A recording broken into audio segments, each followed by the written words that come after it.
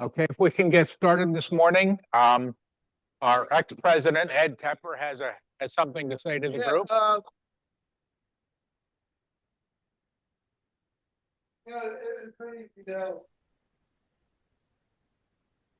Well, last time I mentioned it, my wife and I were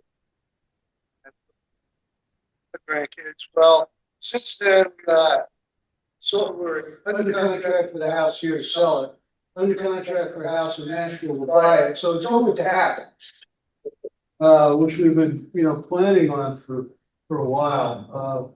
We're going to be moving out at the end of May. But I'll remain a member of RDPC as long as Kemp keeps on doing these Zoom things. It'll be fun for me to, come on in and share my experiences there and share, what you've had to say. But I thank you all. I mean, you got this club and a couple other clubs. I mean, the friendships have just been absolutely something I'll cherish my entire life. So I thank you for that. We'll be in touch. Thank you, Ed. Okay. We do have an attendance sheet going around, so please sign in today. And anybody have business they'd like to bring forward for the group? Any comments, anything? Paul? Just one thing. The tents, I made this picture. I've got two left of it. I was thinking out there the examples of the sensor sizes. Okay. If you're like me and you've had trouble with that concept, that really helped. You're welcome to them. Anybody else? Anything for the group? I know Harold Land is still collecting dues, so if you still have dues to send in, please send them to Harold. And also, please send me photographs for the next newsletter. I'll get started on the May newsletter in a few weeks. So look forward to getting started. And so our program this morning is a trip to Namibia, I believe. And so Martin Evans is going to give us a talk and show us all about his trip to Namibia.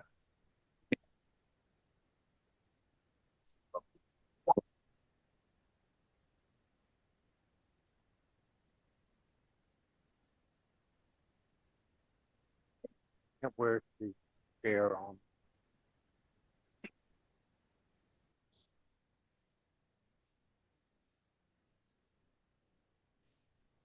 There we go. And close these up.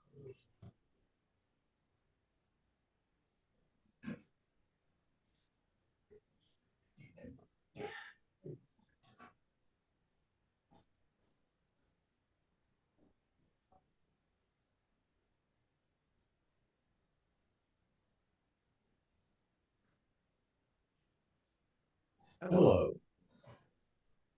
Okay, thank you for inviting me. What should I do?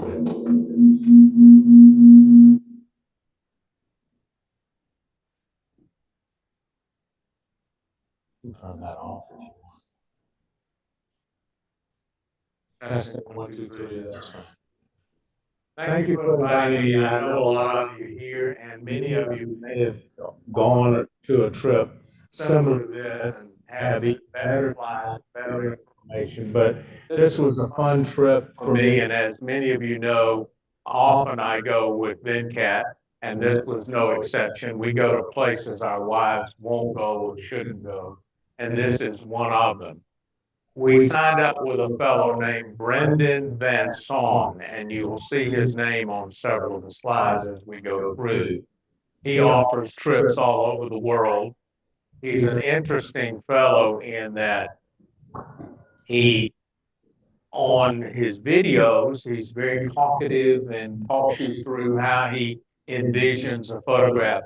In reality, when you go with him, he's off making his videos for the next presentation, so you don't get as much contact with him, but his assistant is wonderful, but he's a sort of introvert almost on the trip, but it's an interesting trip.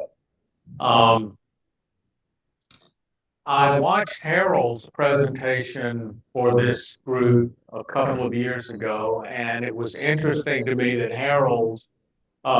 Carolina's presentation talked about going out in the bush and having, staying in a tent and meeting the people and so forth. This presentation is not that. We stayed in upscale settings. It was safe to go to facilities at night, and there was not much mixing with local culture. So it will be different than Harold's presentation and his multiple trips. This is my only trip, so it gets a lot of press. What do you do when you get ready to plan your trip? Do you want to see more than animal pictures? Is it a photography group or is it an experience group? That is, you go for the experience of it. And how is your safari day planned? I will tell you that at least on this trip and several trips that I've researched, the rhythm is that you have a little quick breakfast, you go out before the sun rises, you do several hours of safari, you come in for midday because it's too hot, and then in the late afternoon you go out again, and somewhere in the middle of the afternoon you have tea out in the bush somewhere, and they give you tea or a drink or a cocktail or whatever, and then you come back in and do it all over again the next day. Other trips, the people on the safari have a full breakfast and go out in late morning and spend much of the day out in the bush and stay during the day in the hot part of the day. I didn't like that rhythm, but this one was the first go round. On your planning, do you see the big five? Are you looking for migration? You want to see hill or not?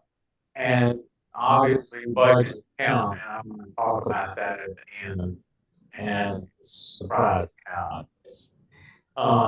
We don't look much at Africa's map because it changes, first of all. And second of all, the map doesn't mean anything unless you really are researching the whole rhythm of it. The big thing about Africa is that from the State Department, they have this list, do not travel. And you go just sort of on your own. But the big thing about Africa is that it is huge. It is absolutely Godzilla.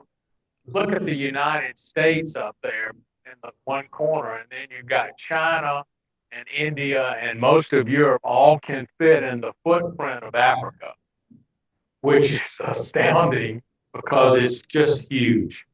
And when you look at Texas over just Namibia, Texas is 84.84 times as big as Namibia. So it's Godzilla. Some pearls that I put down on a list that I think that are valuable. The first one, West Africa, there's no malaria, so you don't have to do the shots or the pills or whatever. And if vaccines are needed in advance, you've got to give yourself enough time to get the vaccine, to get over it if you have a reaction, and to get the immunity that comes with it. People talk about carrying your luggage, but they are big on requirements of soft-sided luggage. And I guess there are exceptions to all of this, but they made a big deal about this. So if you have a hard-sided luggage, it won't compress, it won't push down, and you may not be able to take it. So the requirement of soft-sided luggage is a big deal for many of the carriers. Clothing, long sleeves, you think it's going to be hot in Africa, and it usually is. But all of the locals wear long sleeves because of the bugs and because of the sun. Neutral colors, avoid dark blue and black because those colors attract insects.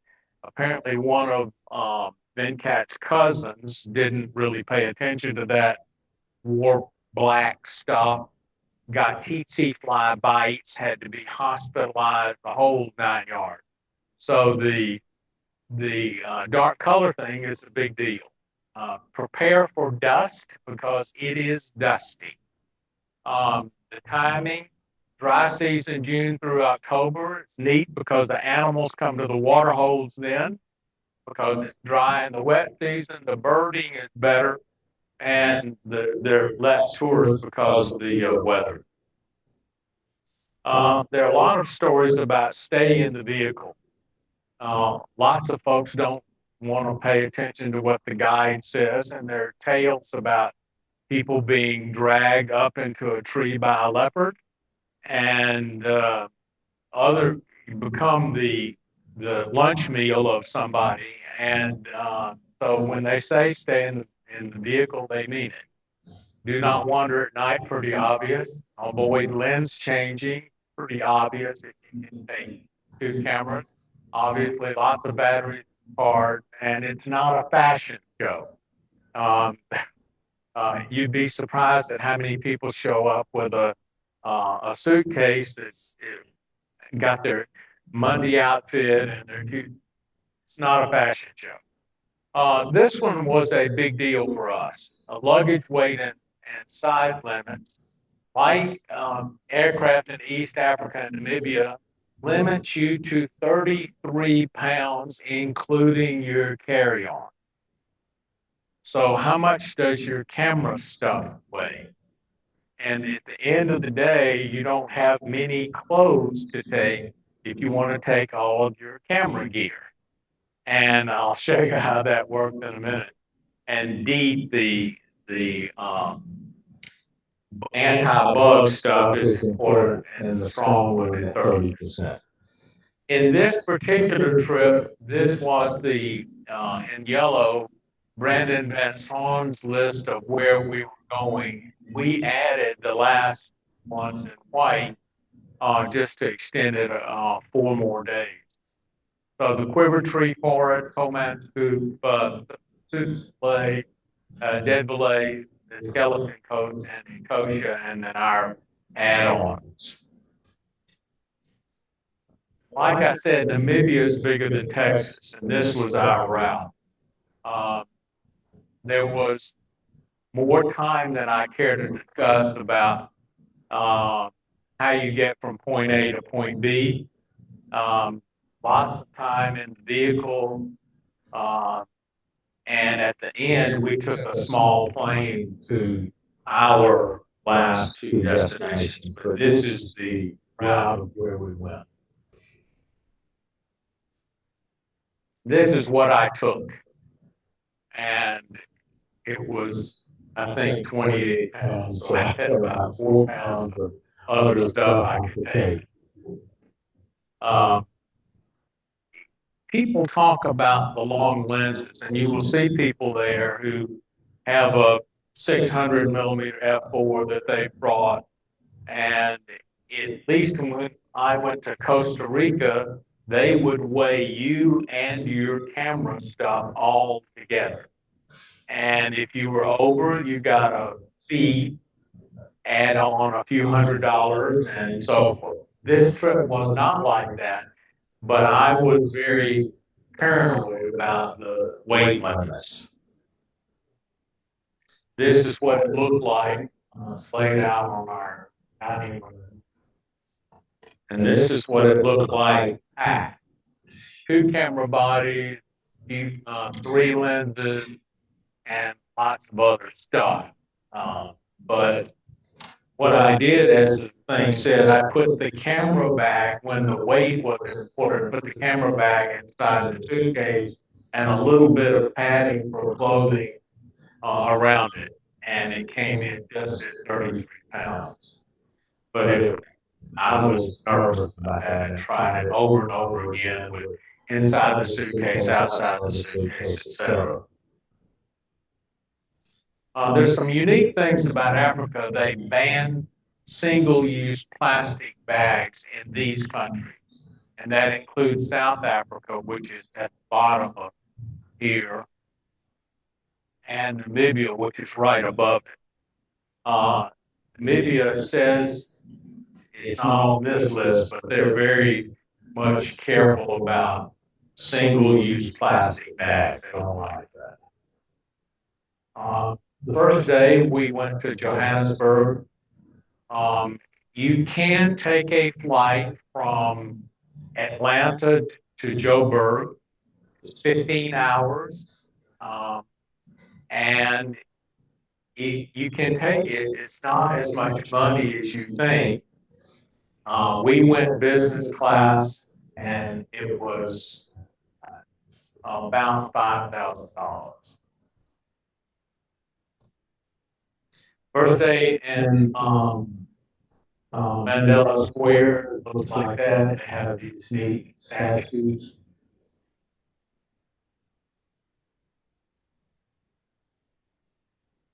And they tell you, we took a tour of Johannesburg, which was interesting because the place, you can tell it used to be a classy place with fancy hotels, fancy establishments, fancy mansions, and now it's deteriorated with the traffic lights hanging on wires and because of crime and so forth. So our guide said that apartheid was good for Johannesburg, and he was a black fellow, but he did not like what Johannesburg had become. He said, "Do not roll down the windows. Do not roll down the windows. They'll grab your arm. They'll grab your watch. They'll grab anything, but do not roll down the windows."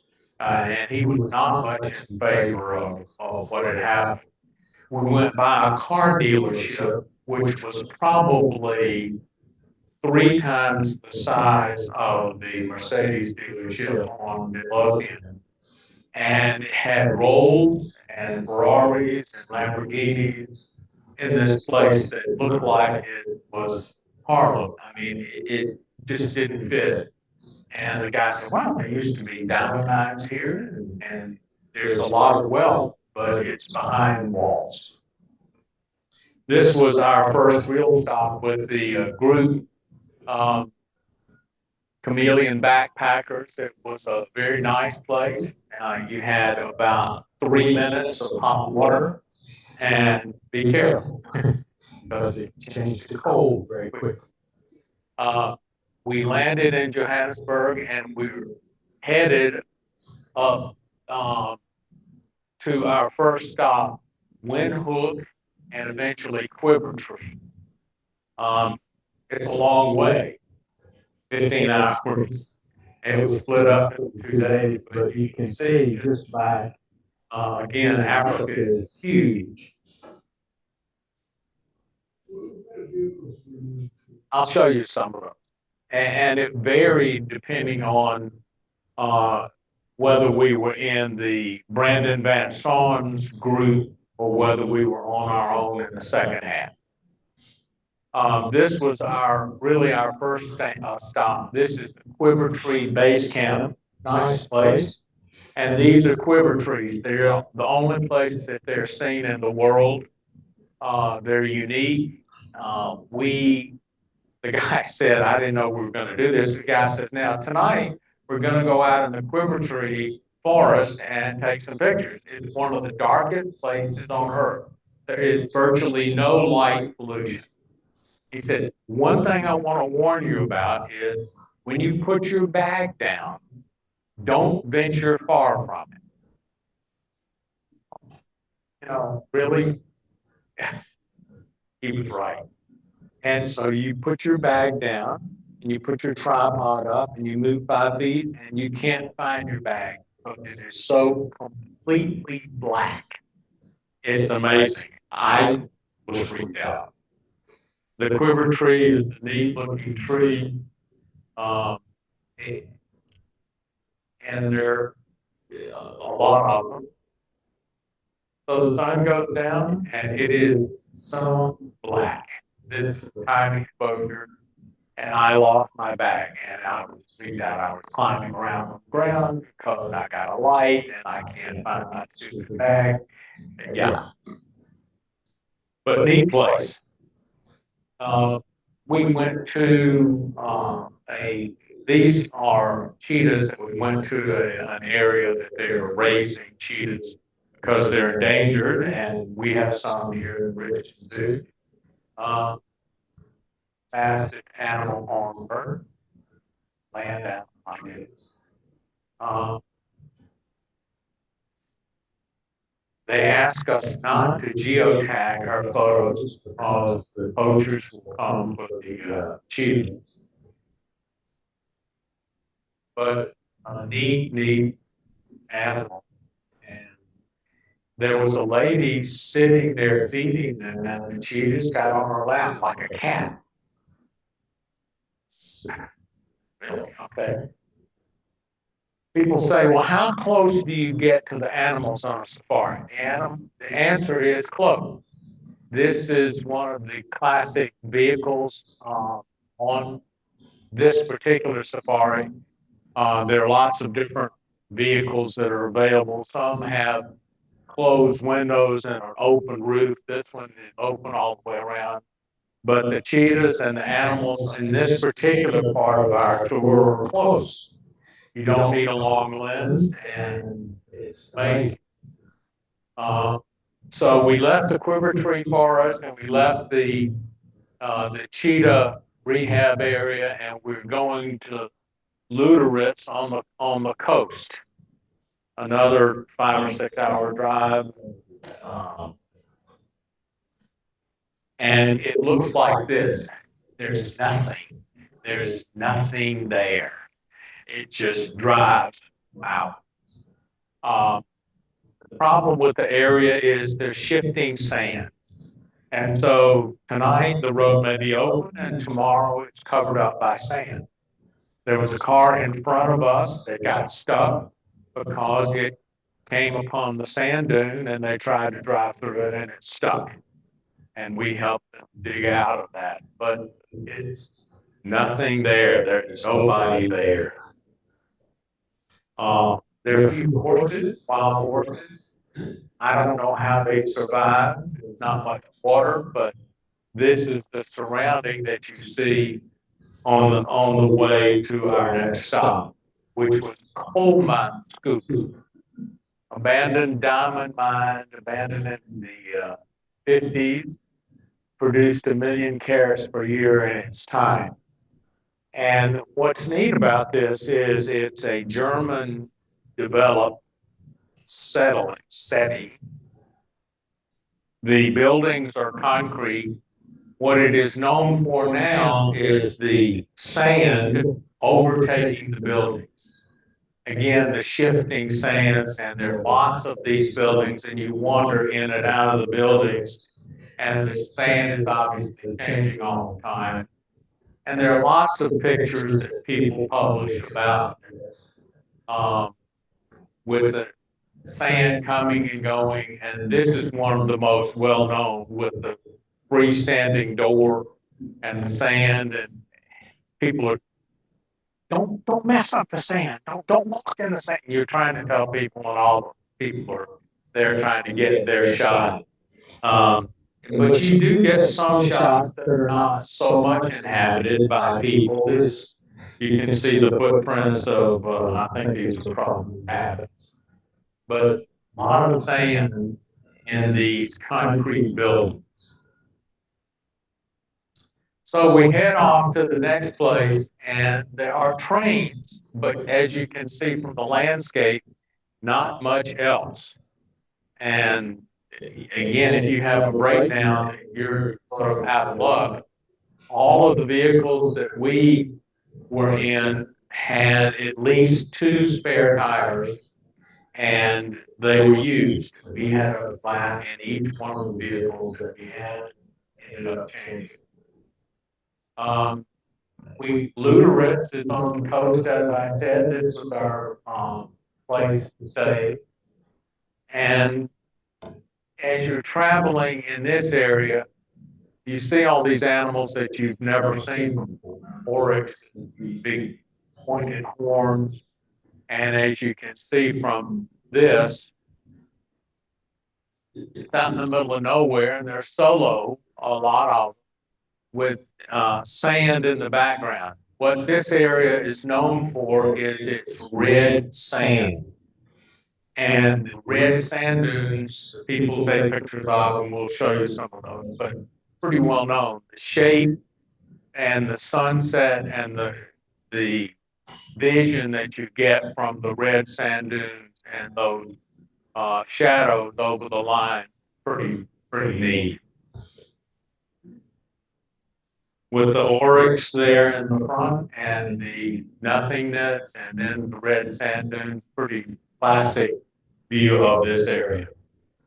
They number their dunes, and this is dune 45, which is probably the one that's most often seen published with that classic curve of the dune, which changes all the time.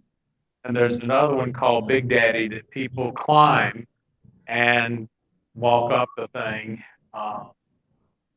I was an idiot and I got so dehydrated, I got leg cramps, so I abandoned that. But you really have to be aware of how much you're drinking, and I was not, and it was brutal. No, not while we were there. It does rain in the rainy season. This was October, the dry season. The oryx and the dunes. And a lot of these, as you can appreciate how barren this is, dry season, and apparently in the wet season, all that gets green. We had a campsite that we put up, and I was unhappy about this because it meant we had to set up a tent, which I'm fine with, but I don't like wasting vacation safari time setting up a tent. Set up a tent, and the reason for it was that going to Deadvalley, if you go later in the morning, you get there with the tour bus. So the idea was stay in an area, it's enclosed, and if you stay in the best part, there's a hotel, but it's tremendously expensive. The next perimeter, that is, if you stay between the inner and outer perimeter, you can camp and you can beat the tour buses. So that's why the guy set it up this way. But this was pretty brutal. Where's the bathroom? Do you see? Oh, yeah. Okay. And is that safe to go because it's the middle of the night? You got your stupid little flashlight and you got to go pee. And it's, oh yeah, because we're in between the two perimeters. It is safe, and so, but apparently now he doesn't do this. But I was pissed. This is where you're going. And this is Deadvalley. It's a salt flat with petrified trees, and it's pretty big. The floor, the ground is white from the salt. The trees are petrified, and the red sand dunes behind them ends up with. I'll just show you this. I like geotagging the photos. And I like that because if you take 57,000 pictures, which is what I took in my 2.5 weeks. Where was this picture? I don't remember where this was. And if you geotag it, you can tell where it is. So I often geotag.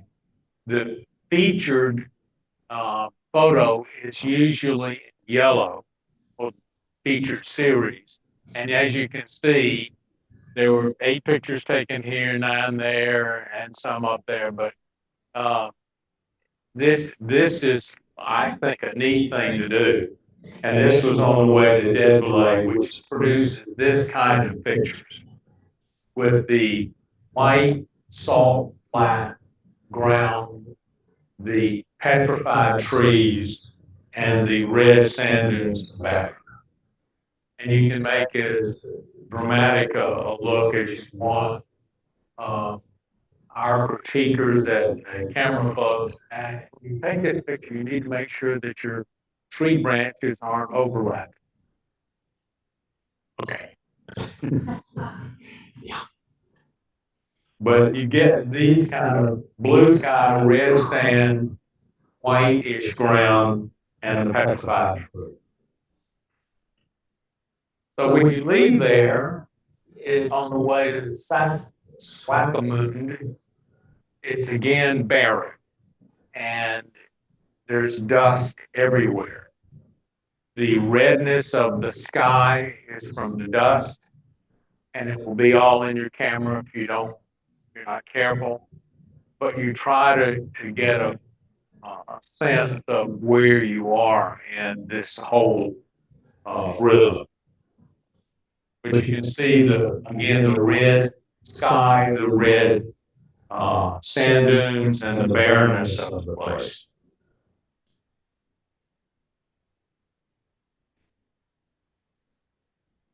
All that is dust. Sunset produces this red sky, and you cross over in your trek the Capricorn, the Tropic of Capricorn. These are the vehicles that we had for our group. We had 4 people per vehicle, a driver and 3 other boats. Route was really not open, and we did some safaris in this, some other vehicles, but these were the vehicles that we generally used. We were talking about, do you interact with the folks? If you're out in the middle of nowhere, yeah, you can interact with folks. On Swakopmund, this is the way the women went to the grocery store. And this is, something's wrong here. It was just, they were very proud of their hair. They were generally topless, and it was strange to see topless women at the grocery store. We stayed, this is the hotel that we stayed in. This was the view out the window, so it's a pretty sophisticated place. And here's my geotagging thing.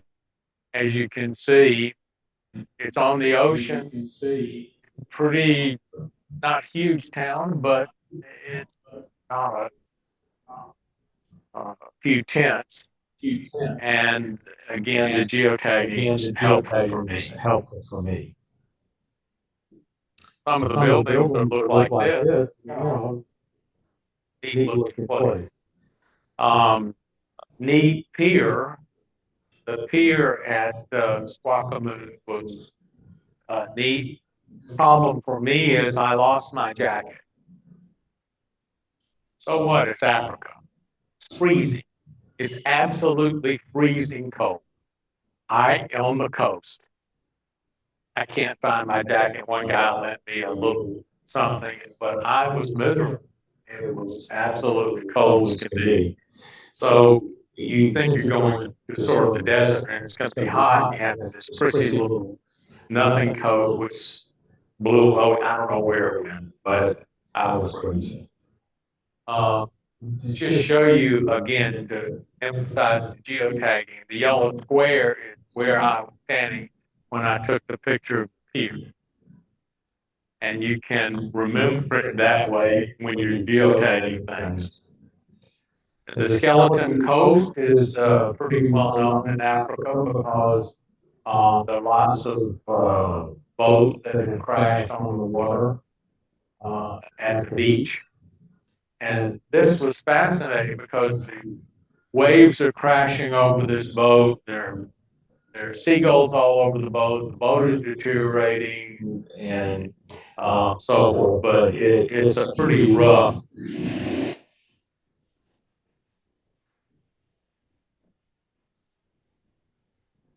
the water crashes against the this old freighter, I guess.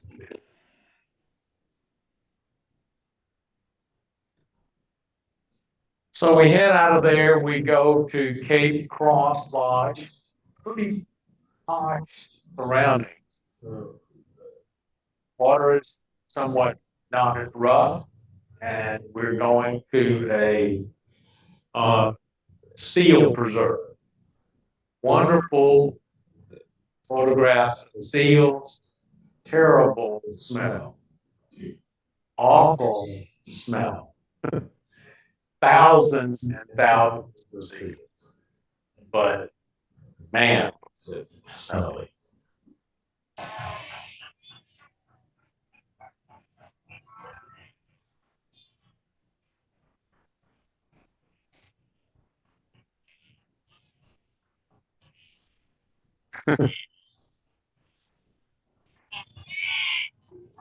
Lots of seals.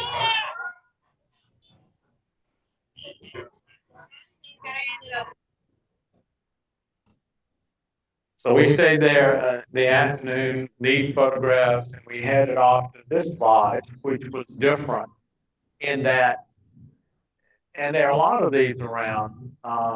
Again, I'm sure Harold has seen these in his trip, but it's essentially a canvas tent on a concrete pad. Bathroom is this, and open air, and lizards are there, other creatures sort of come and go, and you just be careful when you go into your bathroom. But this is not an unusual setting. That is concrete pad, canvas tent that's essentially fixed, and some arrangement of a bath. Where we're headed is to this place, which is the opening of the Kosher National Park. This is one of the neatest places ever to me. You can appreciate how big the elephant is. And this guy blocked the road. And we just sat there. The elephant was just facing us around. Oh, are we moving? No, we're not moving. Back up, back up. And there was some of that dialogue here, which finally the guy left. Here again is where we are. We've left Wakamoon, and the Cape Cross is up here. Skeleton Coast is up on the coast a little bit further up. Things that we saw there are the jackals, more cheetahs at a kill. People say, well, how far are you from the animals? This was a fixed place with a covering, a limited covering. The water hole is there. It's summer. The animals come to the water hole. And this is how far you are. The most fascinating part about the whole thing is the animals come to the water hole. This is out the window of the vehicle, so the animals are right there. The elephants wrote dust on themselves to make a lighter color, which doesn't attract the sun and keeps it cooler. This is when the elephant decided to block the road. But this was one of the neatest things. Let me see if I can get this. I say that the neat part is it's like the animals are in a queue. Okay, elephants next. So here come the elephants. And all the elephants in this pod come, stay for 20 minutes, and leave. All the zebras next. Here come all the zebras. They stay for 20 minutes, they leave. It is almost organized. It's fascinating.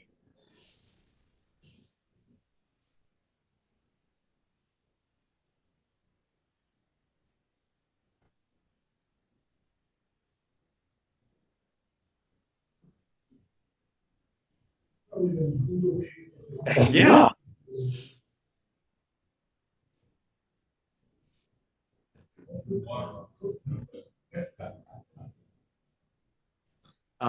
There's a photograph that I'll show you, but people have said of me, your photograph,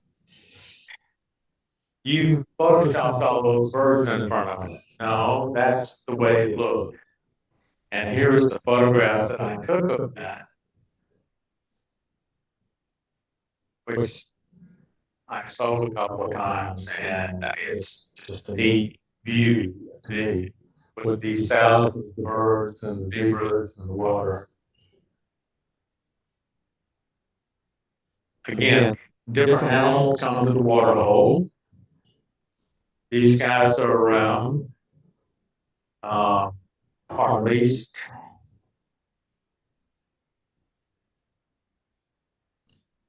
same idea here. Okay, it's your turn now. Come to the water hole. And a line of these things come to the water hole, and it's organized.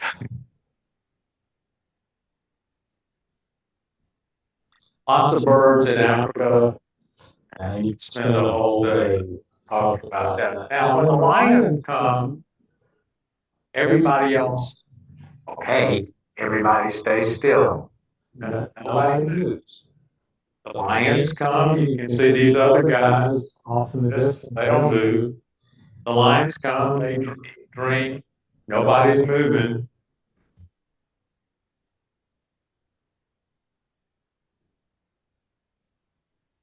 Kudos come, dik-diks come, little bitty, they're probably 18 inches tall.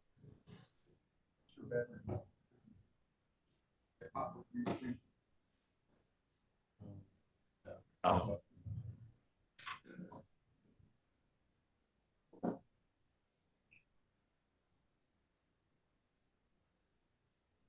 Springbok are like deer.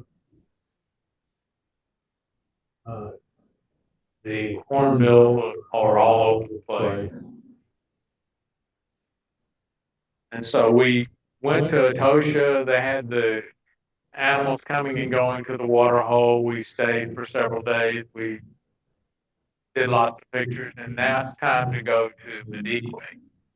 This is our plane, and this is the 33-pound thing. Oh God, is this gonna work? How much does this weigh? Let's wait again. Let's leave something at the airport. We can lock this up. We go through all of this. Are we the only ones on the plane? Yes. We've been through all of this drama, and it's just Venkat and I. So all of that weight issue is not a problem. Well, I had a 40-pound suitcase, but that was on, the big commercial line. And when we got to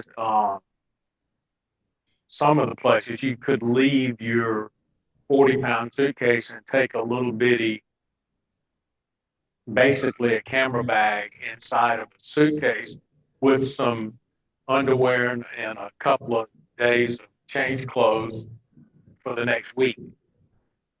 It is dry as can be. If you want to wash out your something, it will dry in about 10 minutes. But they said, don't leave it out because the bot flies will lay their eggs on the underwear and new problem.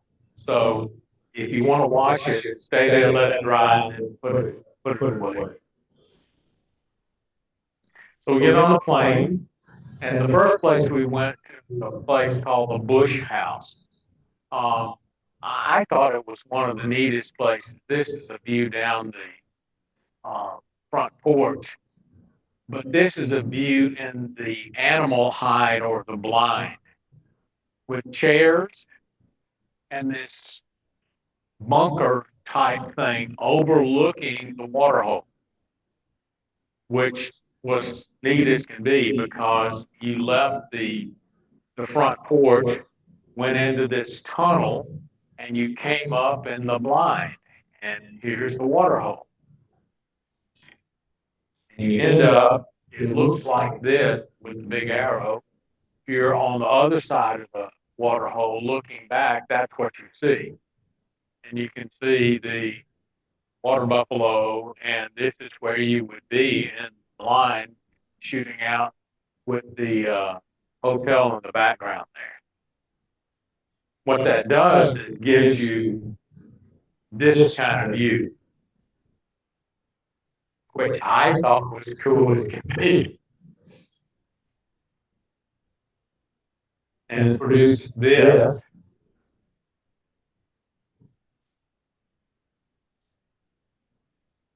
Obviously, a panorama with water buffalo and warthogs over here on the side, but a lot of them.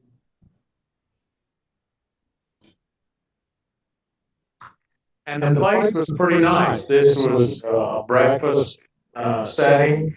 This is the way the place looked from looking back from the blind toward the hotel. This is the view of the hotel. This is a classic view of, at least at this place, our safari vehicle with a fixed roof and no windows. Some of the places you would have an open roof and windows. Ours not. We did not have, you see sometimes the guy with the gun on the front of the vehicle. We did not have that, and that was not necessary. Stay in the vehicle. Stay in the vehicle. Get out of the vehicle.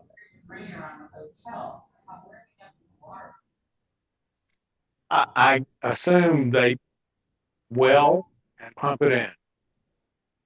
And they do that. There's several of those places, but to me, that it was wonderful because here come the animals. Here's the cue. Here come the animals, and it was neat setting. You could just sit there in your lounge chair with your cocktail. Now the animals, they bicker with each other,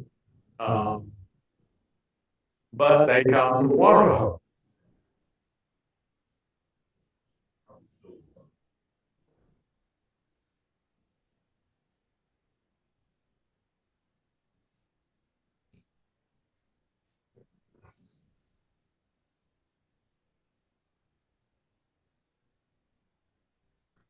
Giraffes are everywhere, and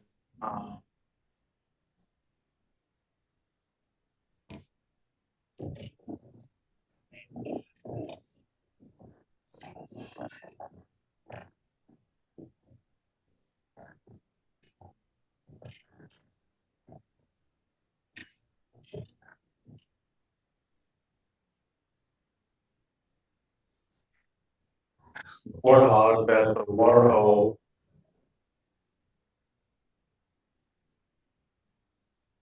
Ugly.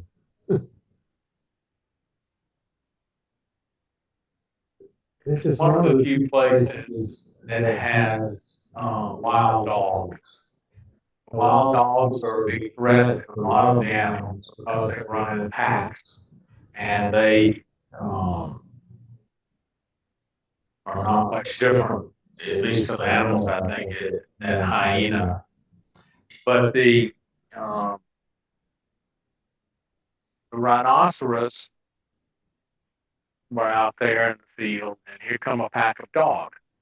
Rhinoceros made a ring facing outward with their butts in the center, and everybody's looking out because the dogs circled.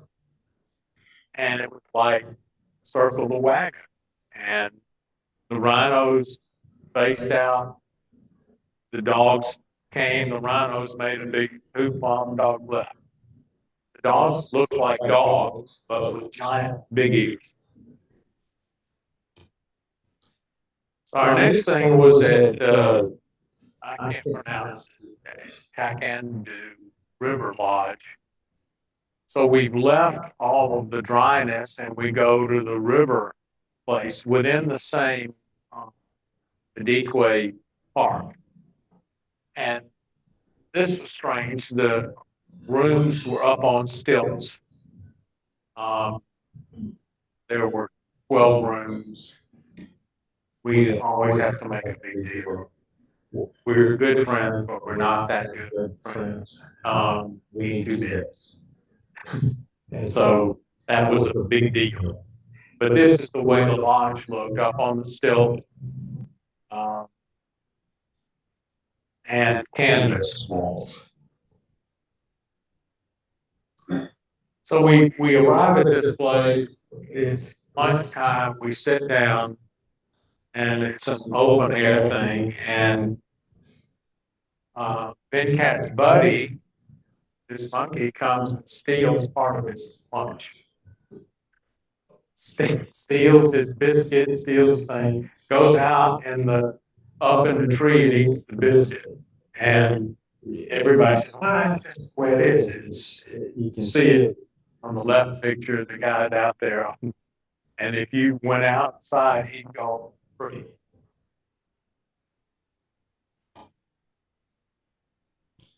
Lions everywhere.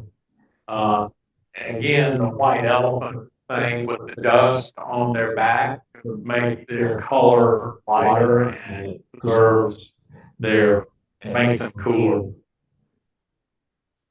Splashing at the water hole, dusting themselves, and the white elephant look. Oh, here are the dogs, the wild dogs. And that's the rhinos in their circle.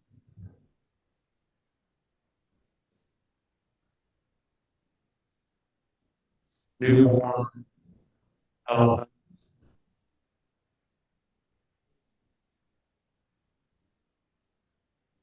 Old guy.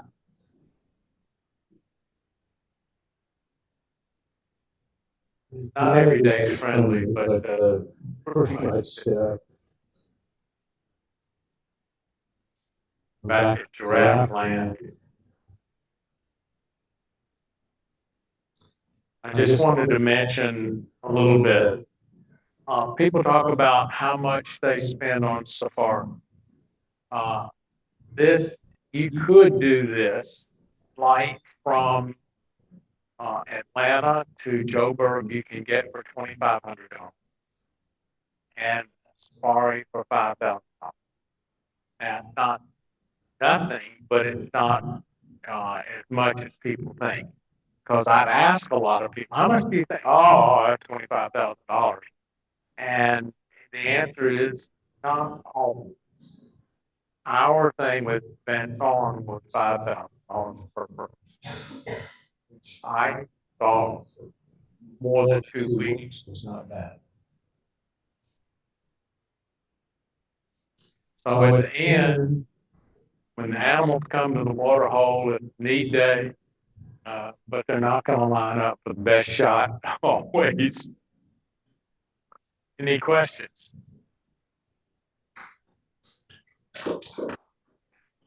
Harold, you've been a million times. Any comment? So it's a lot different from when we go to Botswana. Yeah. We go to tinted cans and run over the trucks all the time. The cost is about double. Yeah. So it's not cheap in a lot of places. I think a lot will depend on if you go on a gate one tour or whether you do it custom yourself or whether you sign up with a predetermined thing. How much time do you spend? What kind of setting do you want? And what do you want out of it? You know, if you're taking your wife who doesn't want to get up 4 a.m., that's going to be a different rhythm than if you planned it yourself with a photography emphasis. If you want to go meet people, that's one thing. If you want to go to the area with the old diamond mine, that's another trek. It's good for photography, but other people are going to tire of that pretty quickly. And so made you choose this particular area that you went to? Obviously, there was, as you say, Africa's huge. The first thing I wanted no malaria. I just didn't want to deal with that. You got a few health problems on your own, and now you're going to introduce pills, shots, misery. So I said, at least I want a place with no malaria. Apparently, much of that western coast or West Africa is malaria free. So that the second thing is I wanted to go with Brandon Van Song. I saw his videos. He was scholarly in how he planned a shot. But when you're there with him, he's making his next video, and you don't get as much time with him as you think. But his buddy is wonderful and can tell you how to give you some guidance as to how to compose your shot. And this was their rhythm, not mine. They have other ones, and I'm going back to Africa in January, which is the wetter season, and a whole different South Africa instead of Namibia, which will be very, very different. And it had some waterfalls in it and some other things. So it's not all about the animals. But you can spend a lot of time and do a lot of research about where you want to go. You can customize your trip. You can do lots of things like that. But a lot will depend on what your budget is. There's a big five. There are giraffes. Right. And you didn't get I didn't get a leopard. Got cheated, no leopard. And big five is how you count it. And I wasn't there for migration where the cost is 4 times that at least. And because the migration, everybody wants to see the migration. So they take the price. There's not that many places to stay, and the price goes up tremendously if you want a migration set of input. Flew into Johannesburg. Yes. Where did you fly out? Johannesburg. Yeah. What percentage of your time was traveling versus photographing? Say, Getting to Namibia from Johannesburg was a real trek. And so coming across Africa is time consuming. Obviously, depending on where you go, did you drive? Did you take one of those puddle jumpers? You can do as much or as little of that as you want. You save time by going in an airplane, but you've got all the limitations of being in an airplane, the weight issues, and the cost. Our trip, because we flew business class, the total expenditure for me was $12,000 for nearly 3 weeks, which not cheap, but it's not 25 or 30,000. How much time? Well, when you get to your location, you probably spend from 7 a.m. till 11 taking pictures, come in, lunch, relax, go out again at 2:33 till dark. Other places would have a rhythm where they eat breakfast leisurely, don't go out till 9 and stay from 9, sometimes the whole rest of the day. Venkat's recent trip was like that. Midday in the dusty Africa sun is, I think, tough. I like the early morning, relax at midday, go out in the afternoon again. But each safari or each hut or hotel is going to have their own rhythm of what they do when. And I don't think they change it. But you'll spend 6 or 8 hours out in the bush taking pictures. And it's not because, you know, there's the intercommunication between that game preserve and their Jeeps. I got a kill at this place, and a couple of Jeeps will come. And in Harold's world, they're by themselves. They get to go and not have a crowd around them. So there's a balance somewhere in between.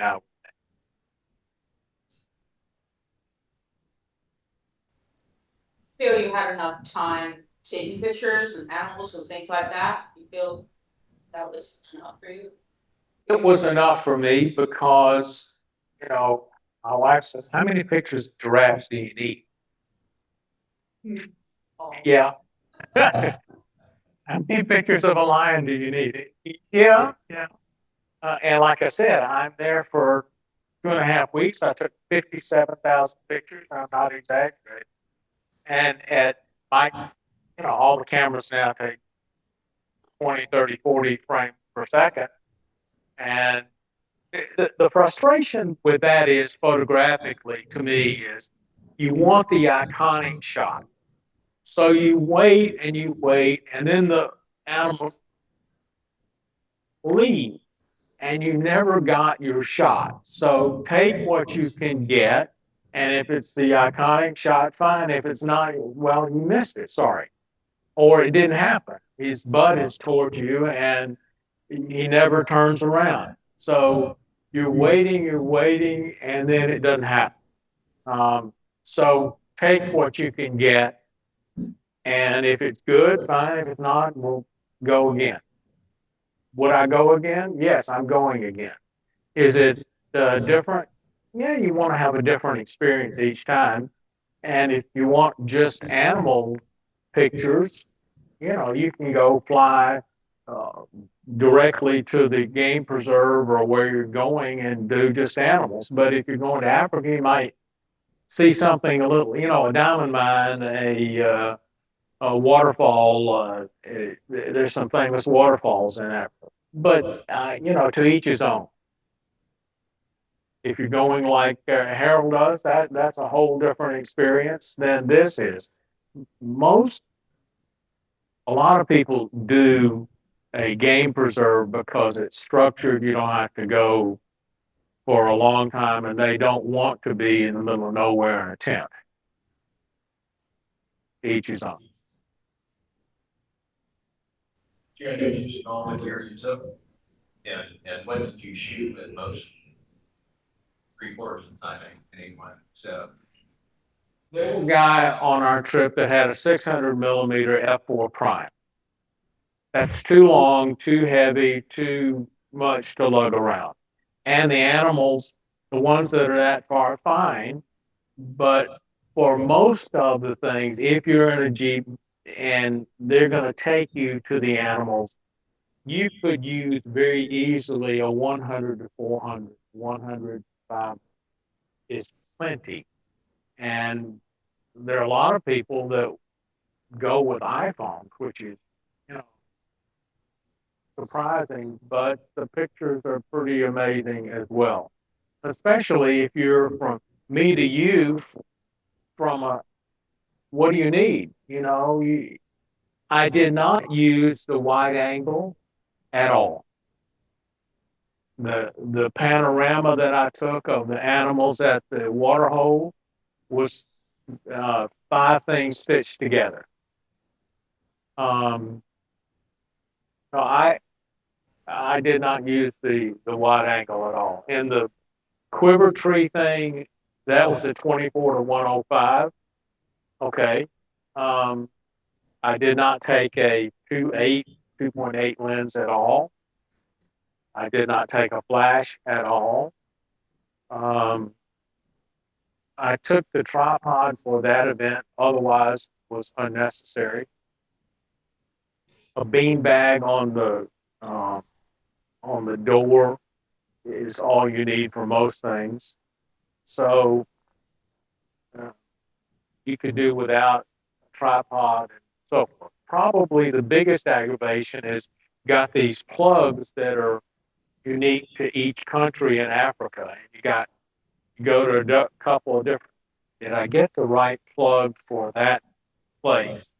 And then you've discovered that you forgot to plug it in that night, and you've got you 2, 3 batteries during the day, and oh God, I've only got 2 left. You can see where that goes. There's a new thing that the airlines have about taking those battery hubs. They don't allow those if they're more than, I think the number is 110 not kilowatt, megawatt. No, 110 or 100 is the number. And beyond that, they won't allow it. And that's new for this year. Make sure it was. That They won't let you more than 100. Right. Yeah. And you can't check it in the under, you can't check it in the back until the eighth. They won't let you take it with you at all. Even if you put it in your backpack. Yeah, it's supposed to. And I don't know if they're enforcing that, but there's a lot of information, YouTube stuff, saying that they're enforcing that. I don't know if that's true or not, but they like the weight thing scares you to death. Then you get on the airplane, you're the only ones. Yeah. Yeah, sure. But Namibia was a neat place. It's not much inhabited. It's relatively inexpensive once you get there, and was a neat place to go safari and some other stuff. Thanks very much for coming. Thank you. Okay, let's have a break and we can get Dave? Everybody can hear me okay?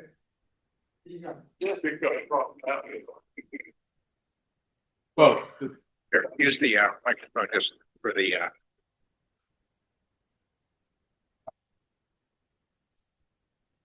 Hello? Yeah.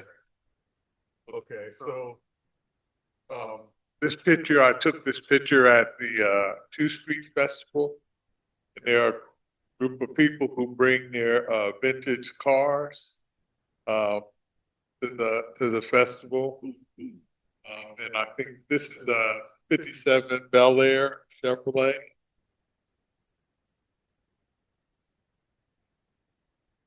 Okay, next. That's the end. Okay.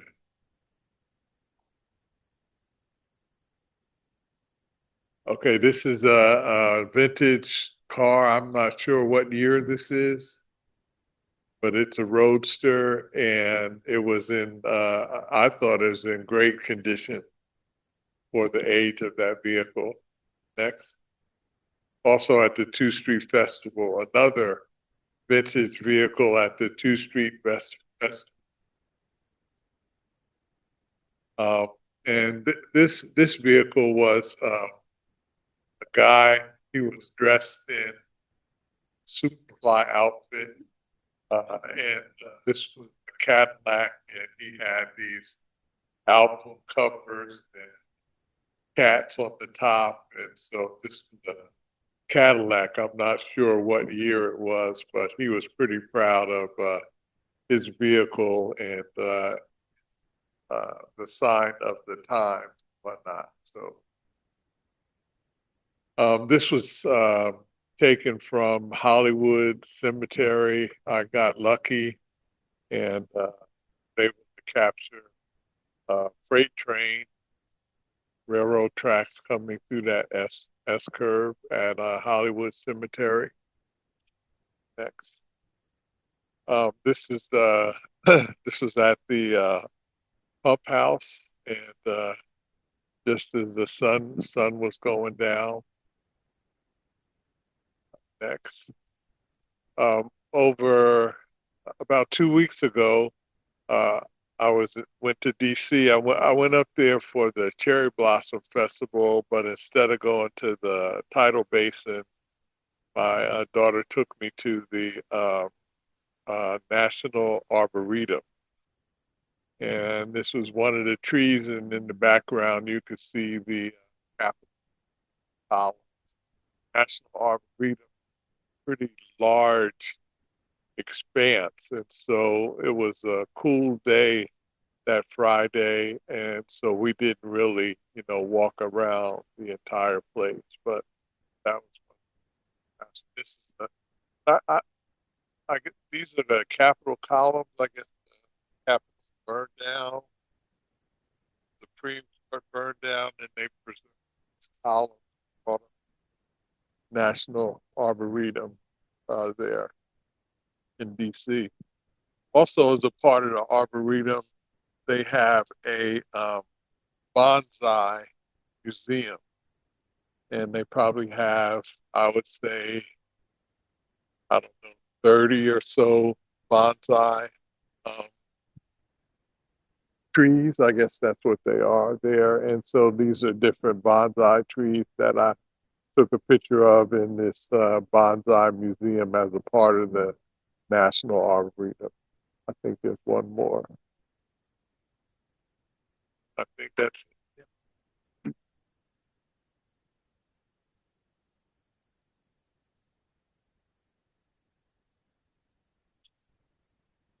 Give it to Tom. Tom?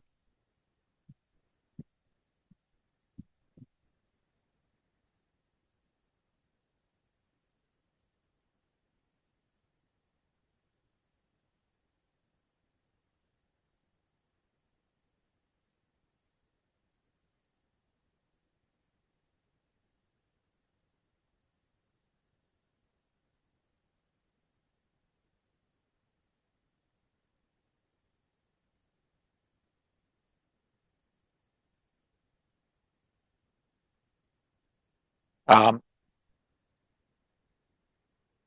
went to the Sarah Duke Botanical Garden back in March, and this was a redbud tree that was blooming. Have you ever been to the Sarah Duke Botanical Garden? It's really nice. But we got there that day. It was a Sunday, and it was so crowded. It was packed, and it seemed like it was Asian Day there because there were all of these Asian families dressed up in their finest, having their pictures taken outdoors. I've never seen it like that. So we tried to go to places that were a little bit less crowded in the gardens, but it was a beautiful day in the gardens, and this was a just a picture I got of a redbud blooming. It's in Durham, North Carolina. It's about 2.5 hour drive south. This was called a rue anemone. This was also in a wildflower portion of the park. The little small flower down there. This is from my backyard. This is a tulip magnolia that I planted 10 years ago when I retired. It's really neat looking flower. And this is a close up of it. This was at Lewis Ginter when the cherries were blooming. This year it seemed like things bloomed early and quickly and were over. It really did. I mean, but I did get out there when the cherry trees were blooming, and got this shot. I needed a 16 millimeter lens for this one because I had to get close enough to it to be able to fill it in. But and then I went to Echo Lake Park with my grandson, and we were out there and we saw this heron out there on a log with 3 turtles listening to it talk. And then it flew away. So I got a shot of it as it flew across the lake. This was another one out at Lewis Ginter, just shooting through the cherry tree to get the conservatory there. Thought that was a good framing shot. And picked up some tulips at the grocery store, and got this shot of them. Thought they looked pretty good together. And then this one, I just had one tulip on a reflective surface. Wanted to get that reflection shot. Then when I was out in Arizona a couple weekends ago, we were heading out early in the morning, and the sun was rising, and we just found a place to pull off and just get this shot looking down a side road. From there, we continued down about an hour and a half south of Tucson to the San Pedro River. And this river, there wasn't much water flowing. It was very little water at this time of year, but in the rainy season, it floods. But it was very pretty, a lot of cottonwood trees along there, and the cottonwood trees had just finished, and so all the cotton was all over the ground. It was a pretty cool place. A lot of birds, and we got this western screech owl up in a tree. I did not see that screech owl. It was pointed out to me by some other birders. It is very well camouflaged. I would not have seen it. But fortunately, I was able to get that shot. Then we went out to the Saguaro National Park, and I was looking for things to photograph. It wasn't a very photogenic day. There was a lot of dust in the air, so the scenery wasn't all that great. But this is a creosote bush that I saw. So I stopped and took some photographs of the creosote bush. While I was doing that, I ran my shin into a cactus, and that hurt. This is one. It looks kind of like a dandelion, and it's about that size, but it's actually called Lindley's False Silver Puff. I don't know who names these things, but I took the picture and I didn't know what it was, and I finally Googled it. That's Lindley's False Silver Puff. I don't know what Lindley's true silver puff would look like, but that's what it was. Then we went to west of Tucson. There's the Arizona Sonoma Desert Museum, and a lot of cacti, a lot of real neat things to see. But this was the very last day that they were having an exhibit of raptors. And so they had these raptors that came in. They had trainers, and they would fly in from a pretty far distance away. They were called in by the trainers. And this is a type of raven. So it was they say that they're one of the smartest birds. They have a very high intelligence. It was a very unique looking bird. So that was the first one. And then they brought out a great horned owl, which was a very pretty bird, very nice looking. And it was also, it'd fly over to the trainers and they would give them a treat, and then it'd fly around, and they're very cool. This is it says hooded caracara up there, but I think it's not hooded, it's crested caracara. It looks like it has a really bad toupee, but it's a type of falcon, and it was a really neat bird. Very long legs. And this is 3 Harris hawks. They had 3 of them because they hunt in family groups. And so they had the 3 of them out there. And I think the next shot is a close-up of one. It was on the fist of one of the trainers, but really nice looking bird there. Then on the way out, we drove through an area called Gates Pass, which is just west of Tucson, and it's a pretty cool place. When I get out there, it's amazing how many saguaro cacti there are. I mean, some of the hillsides look like they're furry with them. They're really pretty amazing. And then when I got back, you'll notice right about now we've got these wisteria vines growing in a lot of trees. And I know a couple of places where I can pull off the road and clip a couple and bring them in and photograph them. So that's what I did with this one. Thank you.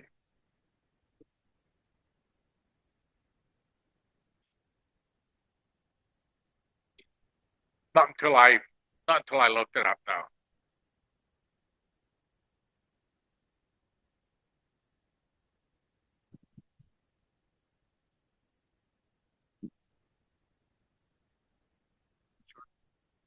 Okay, this is a collaborative effort, both Madge and I. I give her 99% of it, credit for it. I had a little bit. This is the first of a progressive series of images that will demonstrate what you can do with a little bit of AI and a whole lot of imagination. Now, no, wait a minute. I'll go back. This one, I got a hold of one of these V-flat backgrounds, and you'd have laughed yourself to death if you just saw me trying to set the thing up. Finally, I got it up. I did not read the directions, okay? And that's all men do not need to read directions. Yeah, so anyway, I was looking for something to shoot. Madge came through the door. I said, stand there. And I took her picture, and she really liked it. And we've done a lot of things with it, but it goes forward. But take notice, especially of her eyes, the angle of her body, and her head, and what's going to happen. Okay. All right. This is Madge a few years earlier in the first grade, and I was scanning a bunch of old black and whites that we had. And the only thing unusual about this is we don't understand how the colors came in at the bottom. That one's been, we haven't figured that out yet. But also take a look at the angle of her body, the angle of her head, and the eyes. Okay. Now this is the two of them together, so you can see that they're quite different. Okay. This is what Madge did with them. Yeah. Notice how the eyes are almost identical, the angles of the bodies and everything. This should have been the fourth. What's the fourth image? Should have been the third. It's the one that I got a hold of, and what I had to do is I did not like the background. And the one that she did cut the top of her head off and was more of a horizontal picture than a portrait. So this is the one that I touched up. But that's what you can do with a little bit of AI and a whole lot of imagination. It was a third one there. That's all of them. Which, yeah, went to 1, 2, and then 4. I'm all for. Oh, it was all 4. All right, I'm sorry.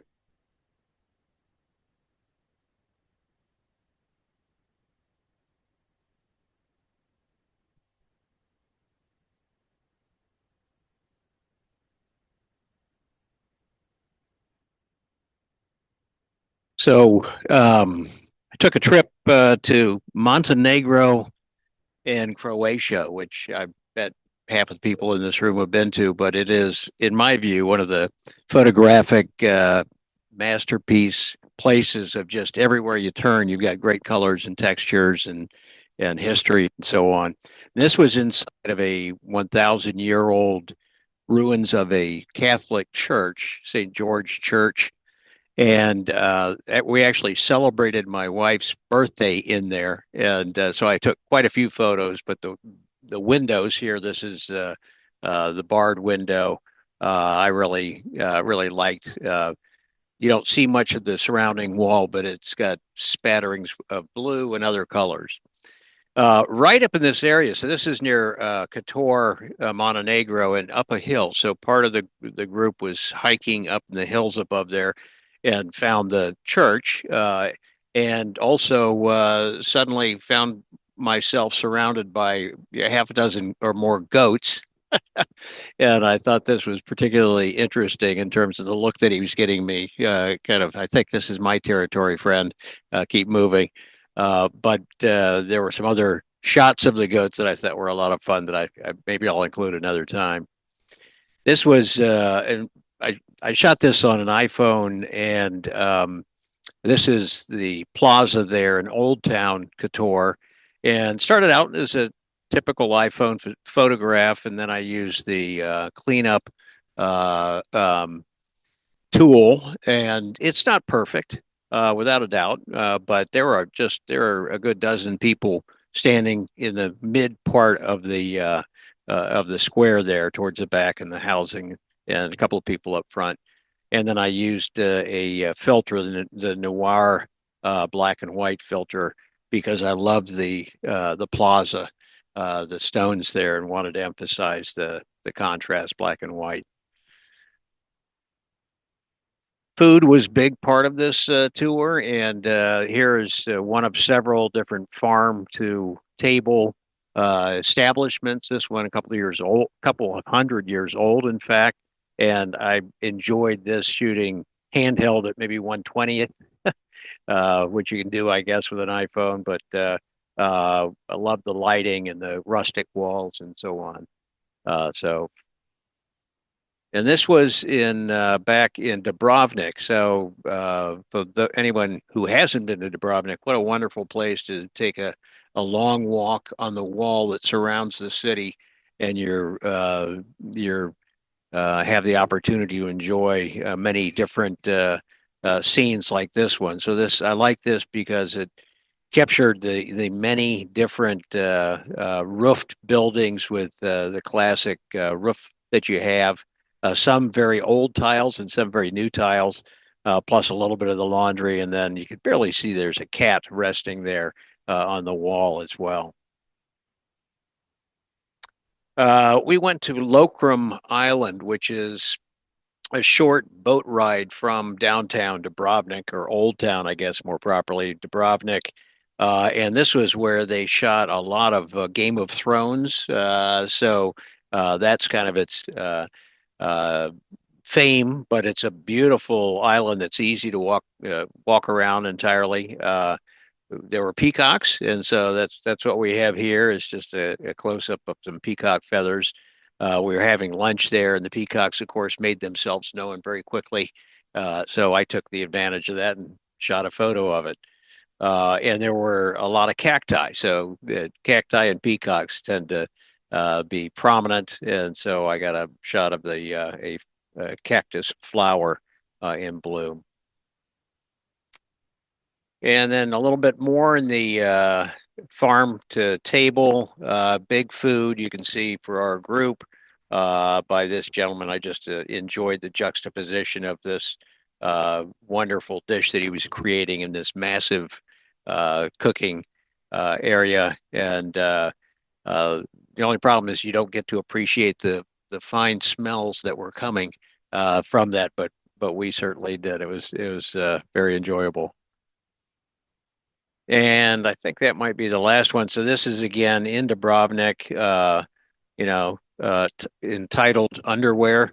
I enjoyed the colors and the wall and so on, with the laundry drying there in the window. Thanks.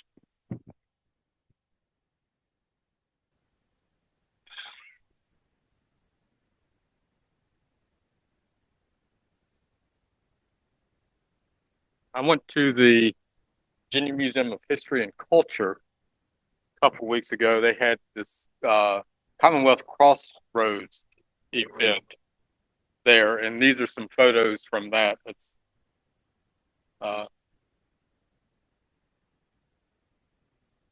the some Guatemalan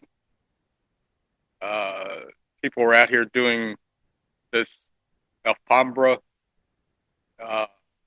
layout, looked like carpet almost in the floor, but it was made up of dyed sawdust, rice, and flour parts, and they're spreading it out.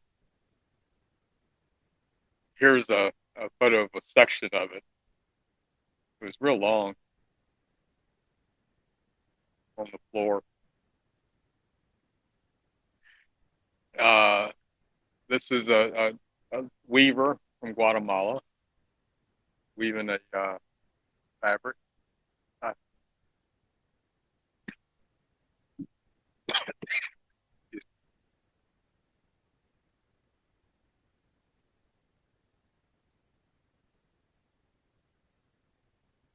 And this is a a Vietnamese one-string instrument, a Dan Powell. And you'd be amazed at the music that would come off of this one string.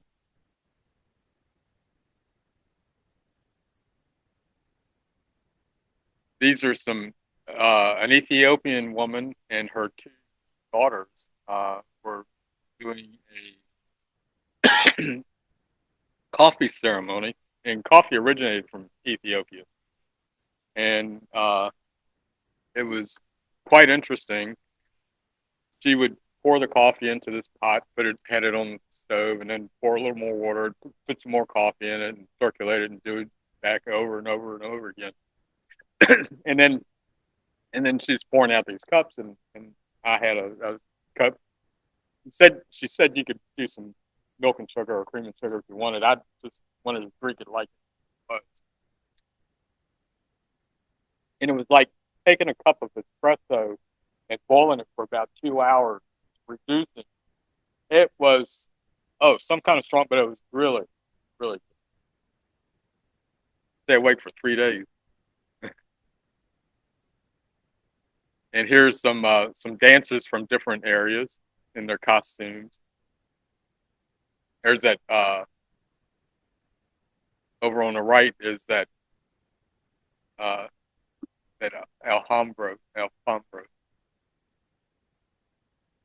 And these are some Cambodian dancers. Their costumes. And then later, they had a program where they had different dancers and so forth. And here are the Cambodian dancers. And then the Vietnamese band. The over here on the right was the that one string instrument again. And there was from Guatemala, a marimba. And they had a band there. And these are some Mongolian Buddhist performance. This guy had these big masks. And this is a Mongolian string band. And that guy in the middle reminds me of Ken Jeong. And some Bolivian dancers. These were young kids. These were probably about 12 years old. And then there were some older teenagers.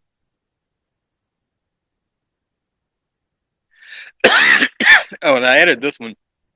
This photo is over at Covenant Woods. Yeah. And I showed it because I sold it. While it was there at Covenant Woods, it sold.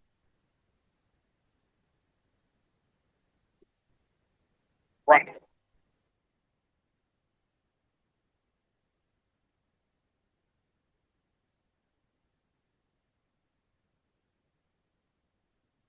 Okay, this is taken at Tuckahoe Creek, and it's a blue tit. It's picking the fibers off of one of the cat o' nine tails. I guess make it. And this was a cherry tree across the street from my daughter's house in Newport News. I thought it was real colorful. I walked out and got it. This was at the Civil War Museum. We went there. My granddaughter's going to be studying the Civil War history next semester in school. So we went in. If you haven't been in the new museum location, it's really good. It's a good museum. Anyway, this lady was sitting there contemplating that for a long time. So I slipped and took her picture. But she seemed very concentrated on the text and stuff on the wall. And this is a picture from the outside of the Civil War Museum.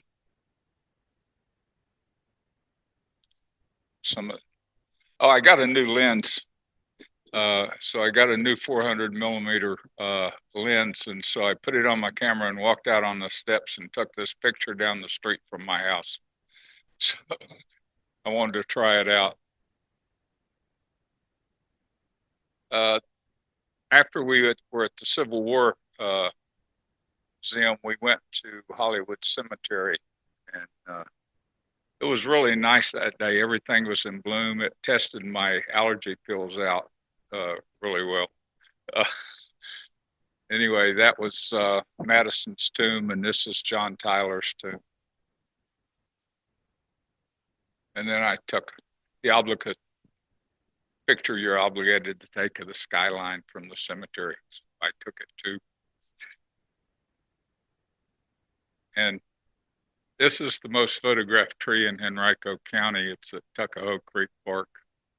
There was nothing in it the day I was there, so. And this was, I took a class at the U of R in West Hampton Center, and it was in this building. So I was going to class. I took a picture.